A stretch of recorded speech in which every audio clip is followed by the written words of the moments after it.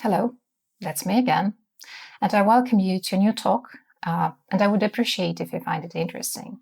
The holiday season is almost here, and actually it's the best time of the year for many of us, since here in the middle of December, we meet with our most loved people. We send our kindness and warmest greetings to those people far away, and sometimes reflect on the past time, and actually we think about the moments that we really appreciate. So sometimes we make our hands busy with some beautiful crafts. So we spend lots of time during the holidays with our kids. And I think that this is just a beautiful chance to make some difference and to add something new and something interesting for any crafting processes. Somebody spend this time together with their family, and sometimes we spend this time alone. But well, whatever we do, so I think sometimes we ask ourselves a question: why do we hang ornaments on a tree? So today I have lots of ornaments by my side, and actually so they are made of cotton wool, so which is very old craft, and I welcome you to try your hands in some of these beautiful activities. But so as for the question, so if we ask ourselves a question as I have just said, so why do we hang ornaments? Sometimes we also can think about, well, maybe some historical things and, well, some references to the Christianity, so to Christmas symbols. And, well, this action also allows us so to make this beautiful time so bright and very, very festive. So to celebrate each milestone and reflect on vacations, hobbies, interests, and each family tree is very unique. So because, well, sometimes we make an abundant collection of ornaments. So some of these ornaments really bought all together with the family and carefully selected, but sometimes they're also really made by ourselves. And as always, for a starter, so I have found a quote that states, oh, yeah. So sometimes Christmas tree ornaments do more than glitter and glow because they represent a gift of love given a long time ago.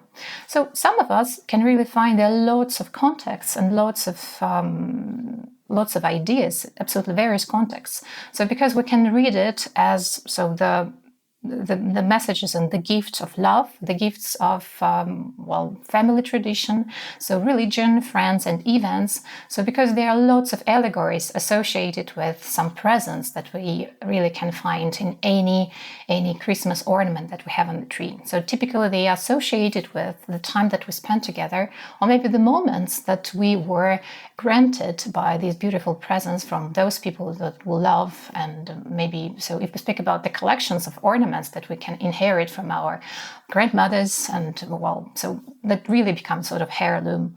I think that Christmas holiday season is the best time, so because we memorize good things and we really have, well, lots of time to recall all these sweet things and all these sweet times in our memory. So we cherish these days and we fill our days and present with millions of lights and candles and our most heartfelt wishes to everyone. And actually, so this is the good opportunity so to make, well, the connection between the present moment and some sort of the ornament thing that we can hang on a tree, so to serve as a reflection of this moment. Well, but returning to the question, like, why do we have Christmas ornaments? So to discover these, we need really, again, to travel back to the past. So actually to travel back in time and, really find some answers to these questions, because, well, people of the 20th century have this bizarre and very strange notion to connect, well, all maybe not quite well explained idea, so with the idea of paganism and, well, the pagan survivings. Because so this is a sort of widespread idea that anything that really has some natural background, or maybe some sort of puzzle and peculiar tradition, has sort of like pagan origin. And most of the time, so we can just ask this type of question and get the answer, well, I don't know. So this must be just a paganism.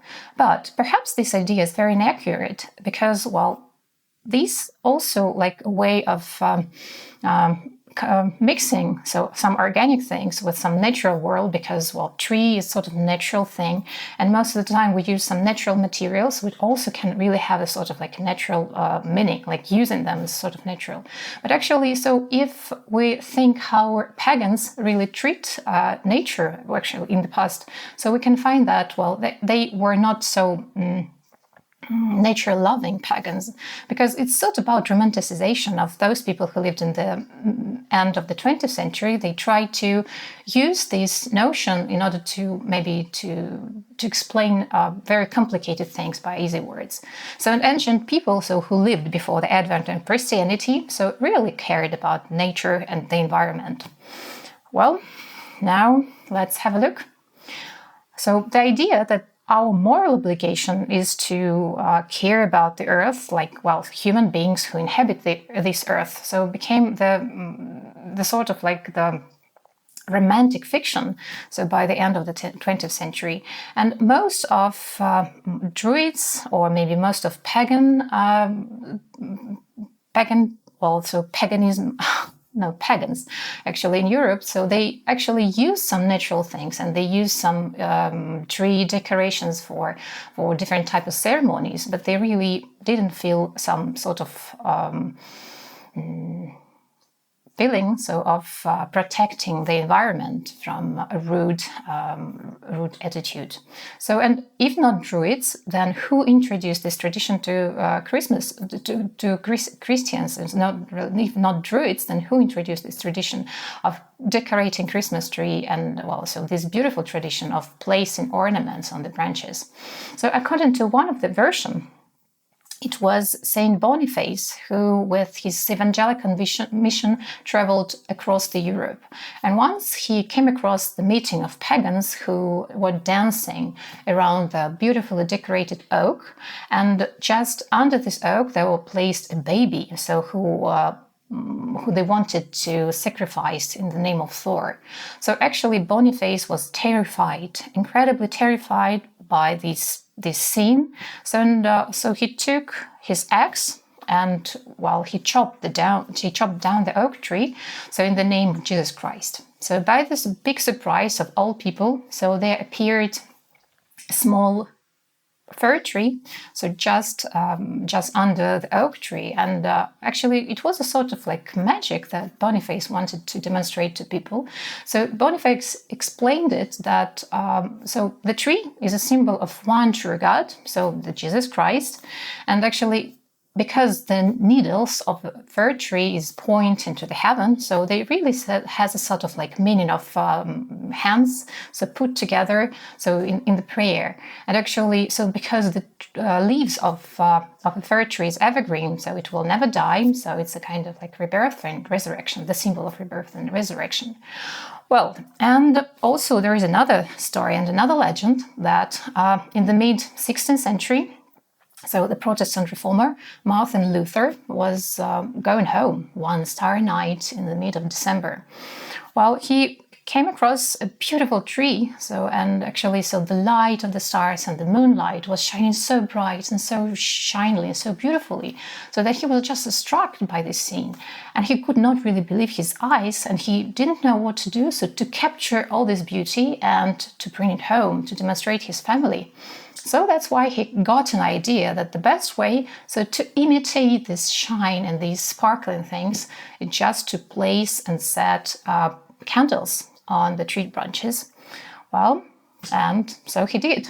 So for his family, it was just a magical celebration. So they installed the Christmas tree in the main room, and they were dancing all around it. And so the branches were also decorated not only by the candles, but also by the beautiful paper flowers with different types of seeds, dried fruits, and everything was so much sparkling. Everything was so much beautiful, and, well, it was the very best way to celebrate the birth of Christ, because people were really obsessed by the idea of celebration by this beauty, by the decorating of their homes with such things.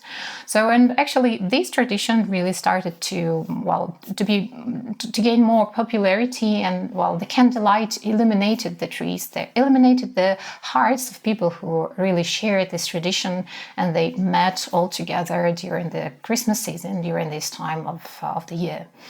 Well, so flowers, cookies, different types of dried fruits and nuts. So it's a sign that spring and life will return in a couple of months.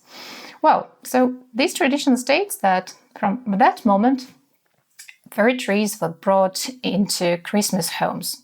So actually, so not only in Germany, so this type of holiday tradition became so popular, but little by little, lots of neighboring countries like France, well, Denmark, and many others also tried to, well, somehow to touch this tradition and to try this tradition and to adopt it, so for their families. So hanging ornaments was a way to honor the true meaning of Christmas, so in the Jesus Christ birth. So because all these trees were decorated in the name of Jesus.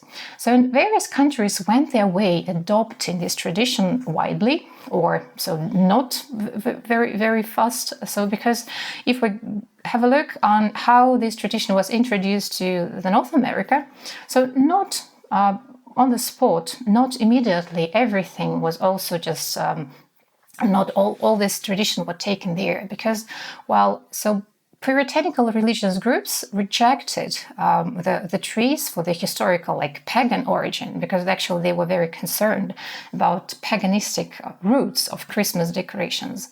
And in the late 19th century, Americans finally began to celebrate and adopt decorating Christmas tree in their homes, because actually they favored Queen Victoria, so yeah, and her family, so including the German-born Prince Albert, who also tried to took this tradition from Germany and introduced this tradition to England. So that's why Americans, like watching the way that Queen Victoria and the royal family celebrate Christmas, they also tried to implement part of this original ideas in their homes. Well, to the tradition introduced by the royal family, I'm going to turn back a little bit later. But now let's see the origin of these festive decorations that, well, I'm going to reveal it now. So because, as I have previously mentioned, ordinary items like nuts, like paper flowers, or maybe dried fruits installed on the branches of a Christmas tree had, well, some sort of like very special meaning, because most of the time it happened that people attach this meaning to some biblical features. For example, dried fruits represented the fruits of Eden, and star also was a symbol of the Bethlehem star. So anything that actually we have nowadays somehow has a very strong connection with all these symbols that were introduced to Christians before. So now we happen to decorate Christmas tree with lots of other things. So here I have, well, penguin, so teddy bear, so and here we have garlic and many other things. But actually, so most of the time, so people used some ordinary things like apples, so like other things like stars, and they were typically made of some simple things like straw, clay, paper, wood, and actually glass. So like the Christmas tree, the Christmas ornaments so originated in Germany also. So here there is a picture of Loscha city. So it is located in Thuringen. So actually, so this is the heart of all actually glass ornaments that were originated from Germany and from Europe. So Loscha, located in the river valley, was the best place for glass making because it has timber and, well, for firing glass ovens, and it has sand. So because glass is made of sand. So in 1957, so first glass products were introduced by Christoph Müller and Hans Greiner, so who set up a business so in this valley, and actually did lots of work connected with blowing glass works like glass bulbs and different types of glasses, glass bowls, and even they tried to make sort of like a glass eye, so artificial glass eye, so to those people who had troubles with their real eyes. So and actually, so by the end of the 19th century, so they really created, not 19th, so by the end of the 16th century, so they first did an effort to make an ornament, to make a Christmas ornament. So that's it. And so the inside of the ornament, they made, a sort of like silver coating, because, well, they used a special compound of silver and sugar water, so to apply the silver powder on the sides of this ornament. So actually it was a very, novel thing, and lots of people really appreciate these beautiful creations because they were absolutely new, and there was so much sparkling and so much shiny, and, well, they really became like heartbroken things. Well, and even nowadays, so we can spot and we can find this type of very antique and beautiful ornaments. So if we, look on eBay, or maybe if we go and try to search on some flea markets, so it's possible to find some of these antique things, maybe from the 19th century, maybe the original things which were made in the beginning of the 20th century. But, actually they're worth observing, and they actually worth to be seen as the real beautiful things created by human hands, because they have lots of effort, and lots of time, so that people really spend for making them. But returning to the tradition of the Queen Victoria's family, so who actually used these German-made toys and ornaments for their Christmas decoration. So in the year of 1848, so they placed a picture of their family reunion in the newspaper. So, and actually they also featured the Christmas tree that they decorated all together. And actually it was just the turning point where people tried to do actually all the same. And my homeland is not an exception, because in Russia, so the celebration of Christmas tree first was in 1770, where Peter I introduced this tradition to Russians. And up to the year of 1917, so it was really the best time. So because people tried to, actually do the same as many other people in the European countries. They originally decorated Christmas tree, and they tried to prepare some presents for their kids and for their families. But actually, so the things that really decorated the branches of Christmas tree, so they were not only simple like dried fruits. They were also very diverse, and so the primarily important from German ornaments were in high demand. So they were very luxury things, and people really wanted to get these things in their homes. So the trees were decorated very brightly, and actually Christmas was the most prized holiday of all the year. But now let's have a look at the ornaments, which were, maybe prized so during this time. The earliest ornament designs, as I have already mentioned, so they mimicked the origin, natural world ornaments. So there were nuts, so which were made of glass, and inside they were coated with silver powder. And actually there was some sort of figures, so because this type of ornaments reminded the shape of fruits and the shape of something round, they were called bubbles.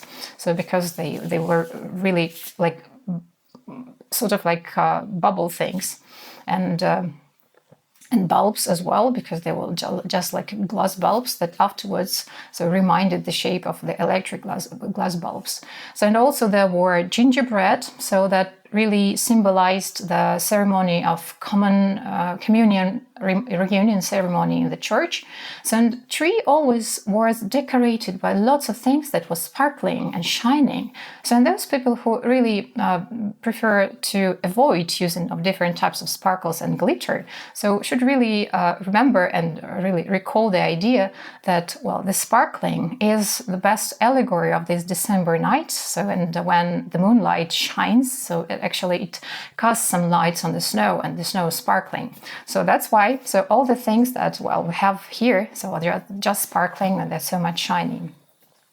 And now let's move to the 20th century. So here I have the example of the figure ornaments, which were originated from Japan and Czechoslovakia.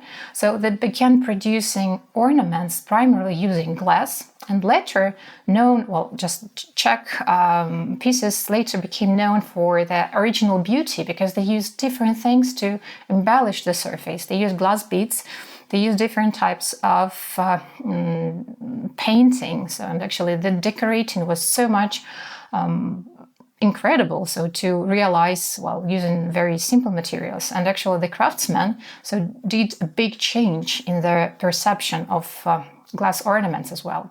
So during the 20th century, figure glass ornaments gained popularity, and they actually were just the reflection on toys, like animal toys and animal shapes, and sometimes they were sort of saints and different types of culture characters, which were particular for this and that country.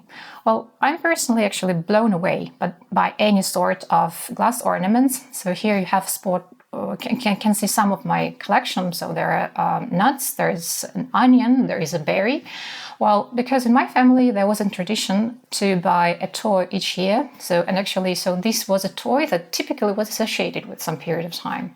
So my grandmother collected these type of things, my mom collected this type of things, and now I and my daughter so also do this. So in each year we buy a very tiny toy. It can be a bulb or it can be a figure of a bird, because we adore birds. And sometimes it can be flowers made of glass, or maybe fruits, or, well, icicles, anything that can also be a symbol of some particular time. Because, well, as Charles Schulz said, like Christmas is a box of tree ornaments that have become a part of the family.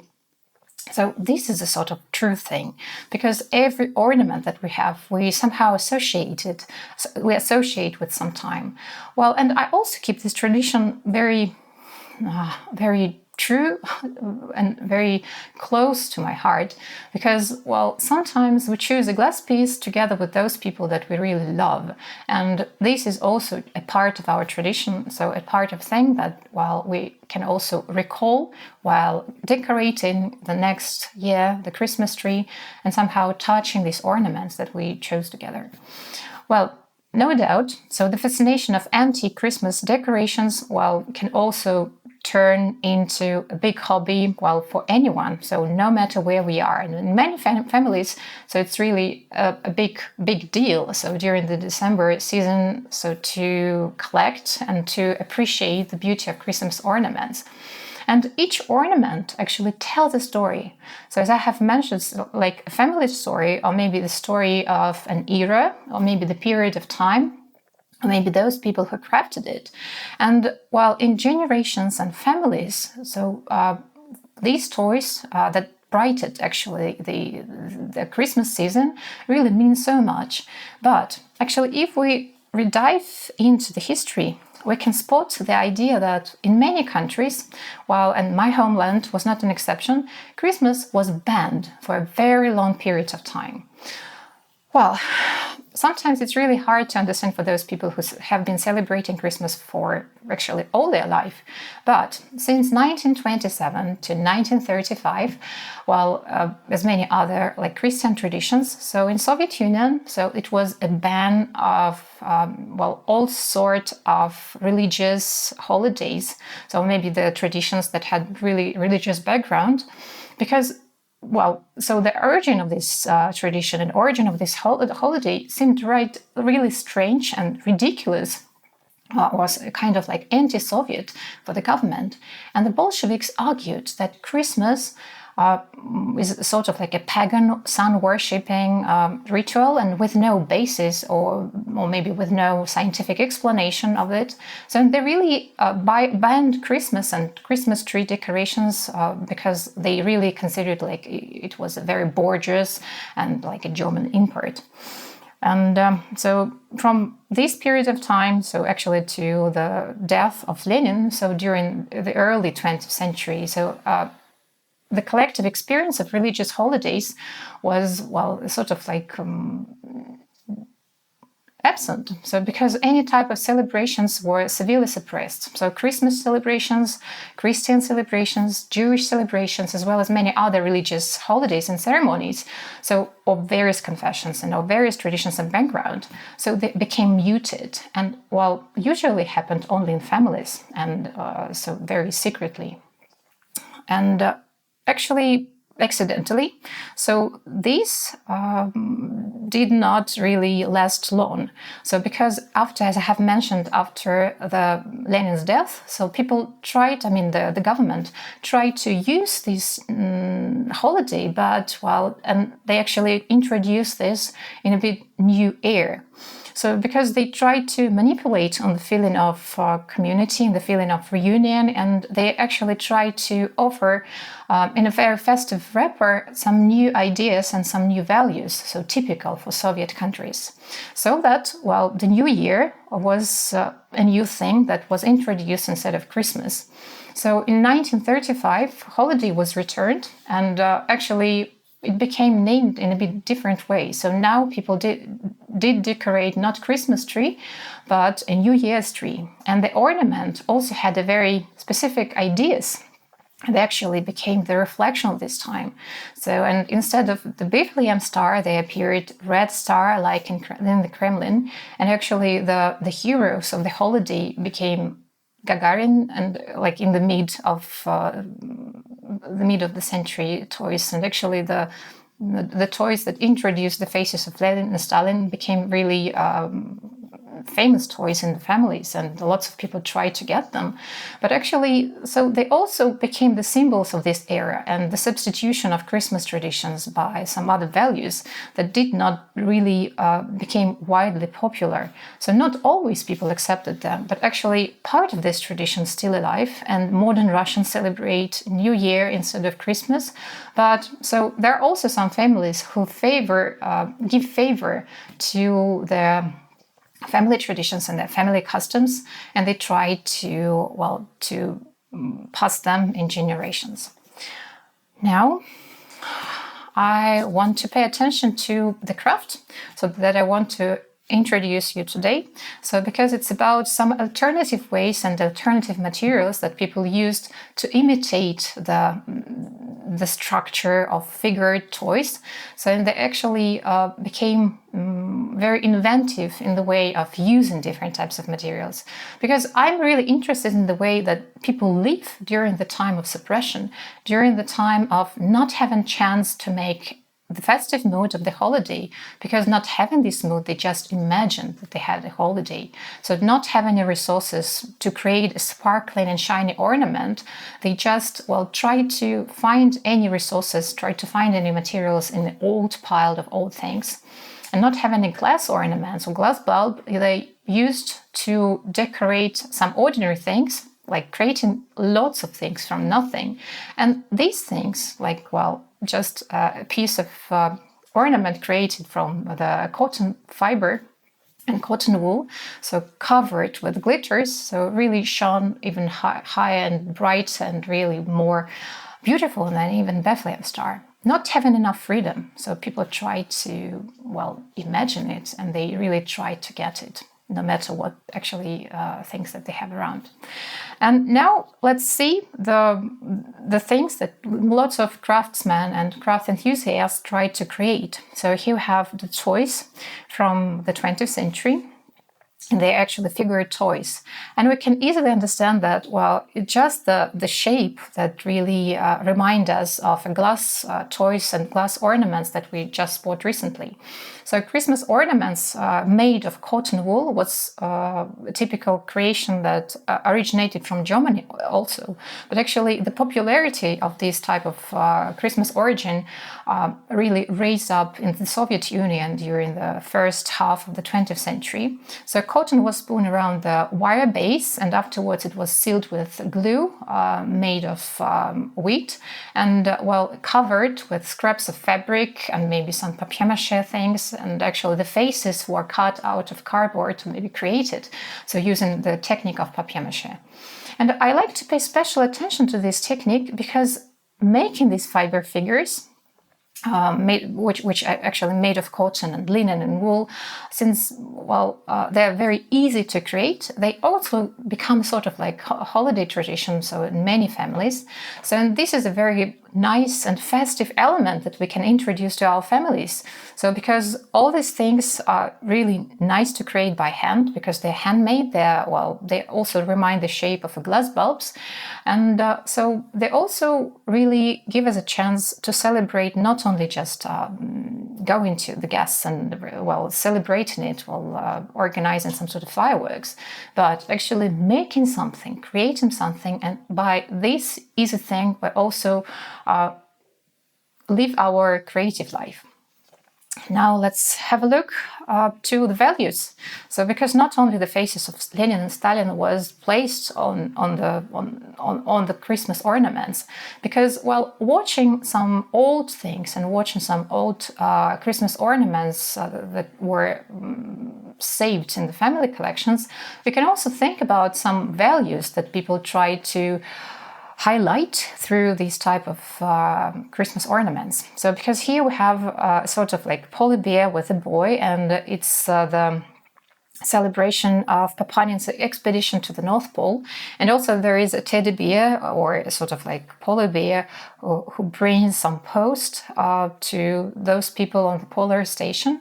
And actually this method of introducing the values is more maybe humanistic. So because it's also a story of not about some political figures, but actually it's the story of human deeds.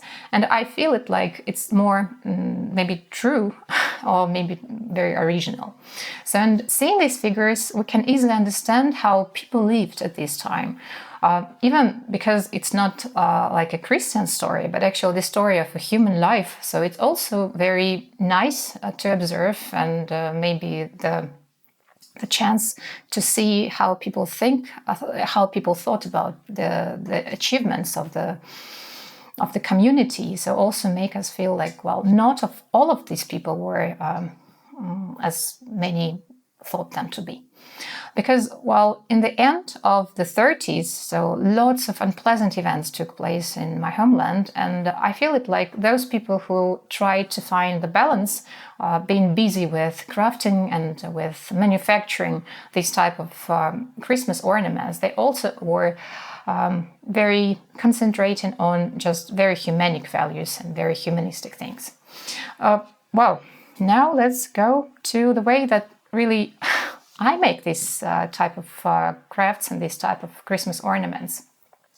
Well, because over the time, so I really noticed how this craft changed. And actually, in the mid of the 20th century, so the manufacture of these fibre ornaments became like widespread.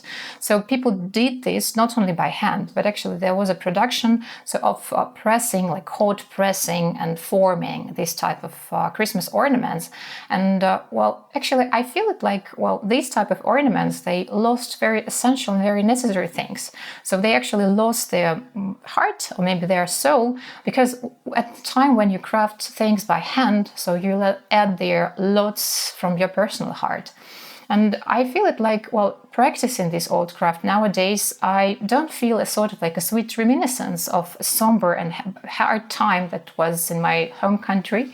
But so I give a chance to the old technique. I give a life to an old technique. And actually, I encourage you also to practice it because it's fun. It's very diverse. So at the same time, it's very eco-friendly because we use, well, very organic materials. And, well, we give a chance to the old technique to come back in life. And I'm one of the followers of these ideas because, well, I find it very heartwarming and very pleasant to practice at home. While my spoon cotton dolls are not as before, as you may see, there is nothing about, well, conquering something, or maybe celebrating some political things, or maybe they are not about, well, going to the north, or just being the best producer of any iron or metal thing, because they're more about some like fairy tale-like stories, because here we have a bird, so typically it is called siren in Russian myths and fairy tales. So this is a girl or a bird, and actually it's a very positive figure. So there is a garlic and there is an elephant, and also there are some things that really speak about some nice and warm things. So here I have a beautiful penguin, so it was crafted by my daughter. And also, well, I have here an owl which I encourage you to make today. And also there is very easy thing, which is a mushroom. So it contains two parts, well, the stem and the cap. So, and you just cover the base with, and you seal it with the cotton. So, and afterwards you decorate it with glitter. Yeah, so glitter is essential because it is Christmas. Because all these figures have a very special meaning for us. Well, actually, we did them with having some fancy studio. Actually, well, just the story of our living far away from home and actually having no home. But actually, so these activities of crafting these figures was very soothing and emotionally balancing. So that's why, well, having these ornaments on our Christmas tree will really serve the reminding of the time that when we did not give up. And I find lots of soothing and beauty in these exercises, in these practical exercises of crafting. And I hope you find the comfort and, well, pleasure while modeling these things and while just applying lots of glitter on top of them. Now let's have a look on the materials and tools. As I have already told you, so there is cotton wool. I think that it's really easy to find because, well, it took me just a couple of minutes to find it in the marketplace. Also, there is aluminium foil, kitchen foil, well, anything, well, that just, well, anybody can have it at home. And also there is an aluminium craft wire. So maybe if you have practiced stamp work embroidery or maybe 3D embroidery, you also can have this type of wire in your drawer. Well, PVA glue, glitter, different types of painting brushes, acrylic paints. Well, you will also need a mini screw eye pins, so in order to attach the ribbon and to hang the ornament. So, and well, all-purpose thread, because sometimes when we make the shapes, not like as simple as this one, but with some sort of crown, or for example, when you want to make an animal with legs, or maybe with tail, or maybe like the one that I have demonstrated, like an elephant. So you need to construct the legs. So in that case, wire is the best idea. And actually, so to attach this wire to the body, so you need to somehow to cover it and to wind it up with the thread to make the construction more stable, and afterwards to cover it all together in a piece of foil. Well, so that's about the wire frames and about like wire construction details, which are inside the figure of any Christmas ornament. So here I made a crown, and afterwards I just attached it to the body of the bird lady, and then I sealed it with the fiber and glue, and afterwards you see what it really became. Now I'm going to demonstrate this beautiful thing to you. So it's full of glitter. And as for the face, you may have a question how this face was made. Well, I took the mold, like silicone mold, which typically used for some kids' crafts. So, and some sort of like air drying clay. So you can also use acrylic or well, sort of like thermoplastic.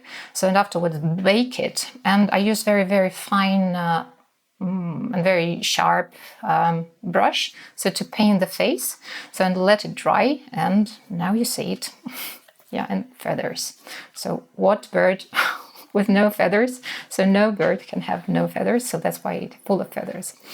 Now let's have a look how to make the easiest forms and how to construct so the ornament. So in the way which I encourage you to try.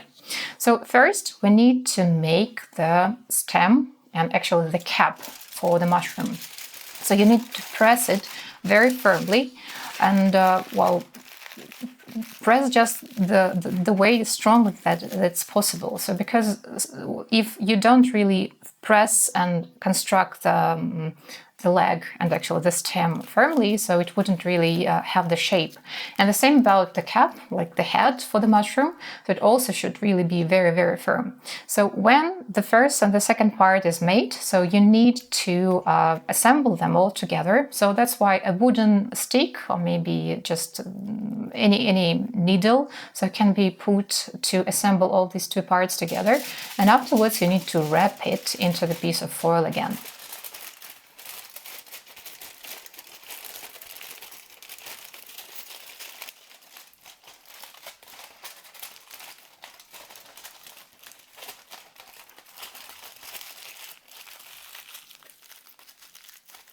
And when everything is assembled, so cover it and to seal it with the layers of the cotton wool, applying layer by layer and just applying some glue to make them all together.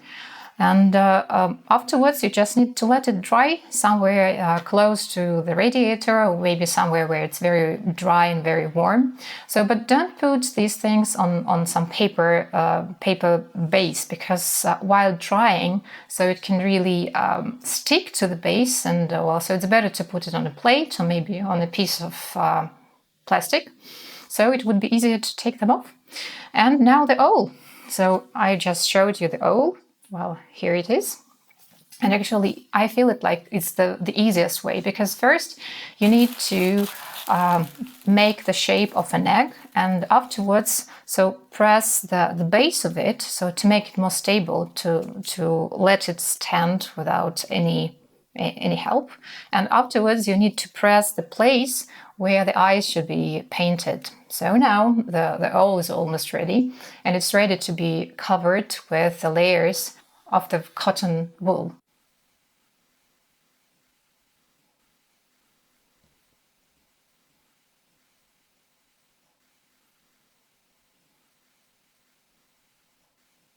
And afterwards, painting.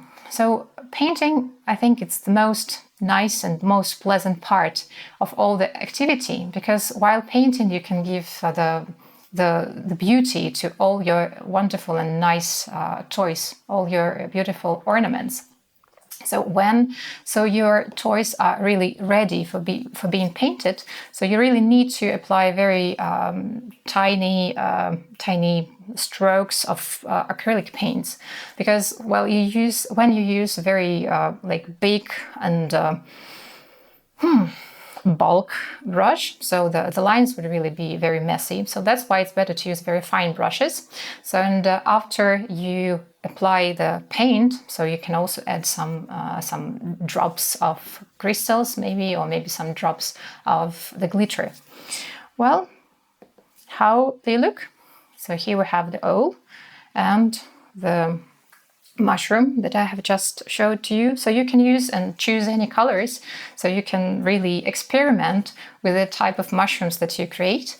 So you can make them brown, you can make them orange or golden brown, and diverse materials. So you can also create some pickles, for example, or if you have just tried this type of exercises, so you can make these shapes more complicated, so really very diverse. So you can do anything you want, so in order to create this type of the figure shapes that really can brighten your Christmas tree and then add some lovely and beautiful shine to your holiday. Well, and as for me, I really feel fascinated by the idea that this December we have a chance to celebrate lots of holidays all together. So Christians celebrate Christmas and Jews celebrate Hanukkah in almost one and the same day. So and it really makes our days shine, because this is the period, like the darkest period of the year, and we really add lots of lights with our garlands, with sparkling holiday lights. And at the same time, we fill our lives with truly joyous feelings, with truly joyous celebrations. And both of these holidays remind us that light always triumphs.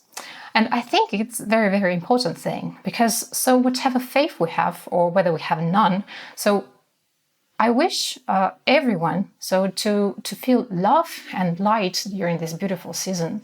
So love giving and light giving really should be our most important activity, because with giving light to other people we also get lots of in return. And I feel so much thankful to every one of you who give me support during this year, so who wrote me messages, who gave me some sort of pat on the back and tried to encourage me with all your beautiful words and all your beautiful messages. So I do believe that we can find hope in every day, and for future, I really wish you to have a beautiful year of beautiful events, of beautiful memories, of beautiful, wonderful time spent together with your loved ones, together with those people who you really love and care. And I wish every one of us to finally find peace. And I wish you a happy Merry Christmas and Hag Hanukkah Sameach. So enjoy your new year and be blessed. See you soon and enjoy beautiful Christmas crafts.